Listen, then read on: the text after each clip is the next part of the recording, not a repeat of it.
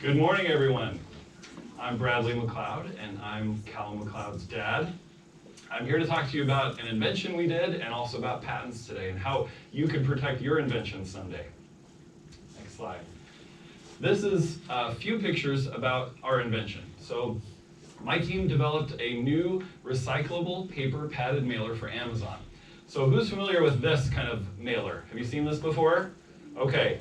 Can you throw this in the recycle bin? No! Sorry, I tricked you. So what's inside of here is a bunch of plastic that is glued to a bunch of paper. So this is not recyclable. So our team, we came up with some inventions about this, and we talked to a lot of people, and everybody said, guess what? They said, I don't care that it's recyclable. Is that interesting? They said, I don't care. Do you want to know why? Because theirs was cheaper.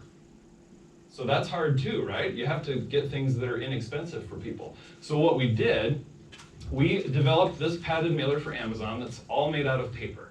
And it has inside of it a padding material that we made, that we invented, and you can put the padding material on the paper, and then you can send it out. It's a great padding, it's a nice package for Amazon, and you get your stuff, but then it has this lovely symbol on it. It's got the recyclable symbol on it. So you can put this in your recycle bin, and it can go with all of your cardboard boxes and other things like that and be recycled because they can get all of the paper back out of the mailer, whereas that one they couldn't. And so we were able to convince Amazon that this was a really great idea, not only for the package, that it was a good package, but also that it was really good for the environment. So they got excited about it, and they told our company that they wanted to buy these. So we were able to convince our company to invest, and we started making padded mailers like this.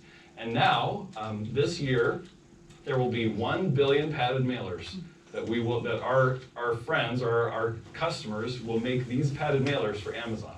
So these are coming out today. Has anybody gotten one of these, the brown ones? Have you seen those? I hope so. They're starting to use these all across the country this year. So I'm going to let you take a look at these, and then we'll hand them around. So you can glance at those. And these, they have this new padding material inside of them that our team developed. It's a really cool chemical formula. So that's something you could protect with a patent. You could also protect the whole concept of if you're making a padded mailer differently than someone else. And you can also sometimes protect the choices of equipment that you use if you put it together in a new way. So we did file some patents. We tried a few different things, and often you patent lots of things, and then you wait and see which one of those patents will get accepted. And we'll talk to you later about how that works. Next slide. So what is a patent? The patent gives, you write down your invention, you send it to the government in a very long application, and then the government has to review it and decide if it's worthy of a patent. So you can file a patent application all you want. The question is whether you'll get a patent. And we'll talk about how you get one. So here's what it does for you. It gives you the right to exclude others from making, using, or selling your invention for 20 years. And you have to pay some fees to the government for that, but it's really nice to have that and to protect it. So what that means, can anybody else make money off of your invention then if you have a patent? They can't. But what if you want to let someone else use your invention and pay you for it? Can you do that, do you think?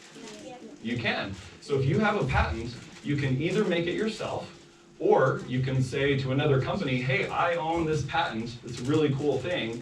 I don't have the money to build a new factory, but maybe you do. And they could build a factory, and they could pay you something, maybe a portion of all the things that they sell.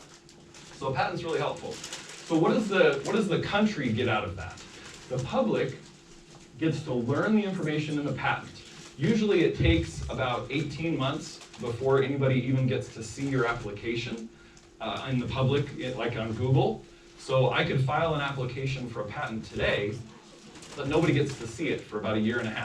That's good because it lets me get started making my thing before anybody knows how I made it, right? But then after a time, it's really good for the public to see how you can make things. So it's nice for somebody eventually to see how do they make this padded mailer and maybe how they could make a better one. The inventor, though, when you file the application, the inventor has to provide enough information that you can actually make it. And here's an interesting thing. They might not have to provide enough information that you as a kid could make their invention.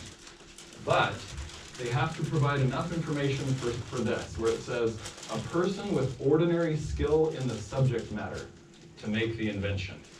So when I write a patent for something like a padded mailer, I can be a little bit confusing so that I can protect some of my secrets, but I have to write it so that somebody who knows how to make padded mailers could figure out how to make it if they try hard enough. Now, there are some things that you might not want to put in a patent, like maybe you think it's not patentable, but you want to keep it a secret. We could call that a trade secret. And that's something you might not tell people. So for example, you remember that padding, that white fluffy padding material? So the formula for that, I did not put that in my patent. So we kept that a secret. So you'd call that a trade secret. It's something I'm not going to share with the public, so I don't get a patent for the formula, but if I keep it a secret, I think nobody's going to figure it out.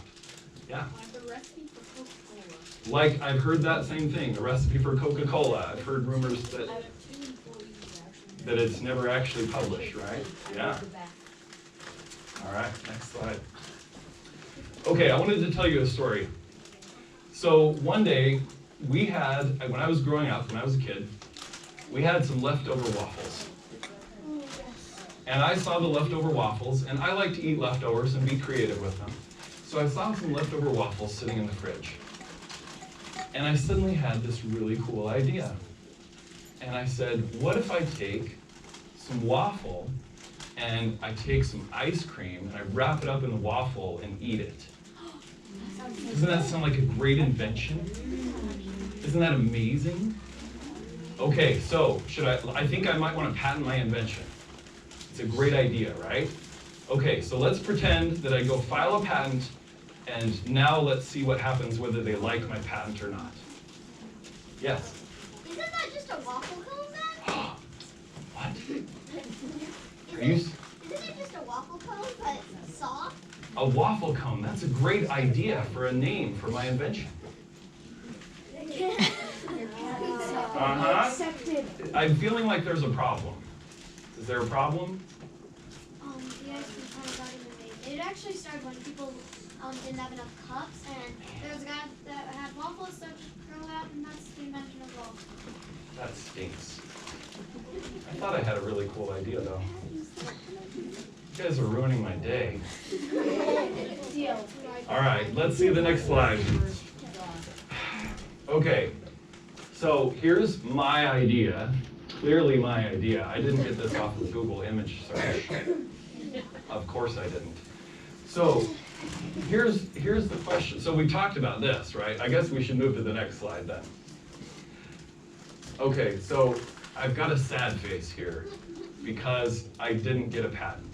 I know, spoiler alert, I didn't get a patent on my idea. So I'm going to show you why, because you guys have already figured it out. I'm going to show you a few reasons why I didn't get a patent. So let's see, there's 4 different criteria they use that are deciding whether you can have a patent or not.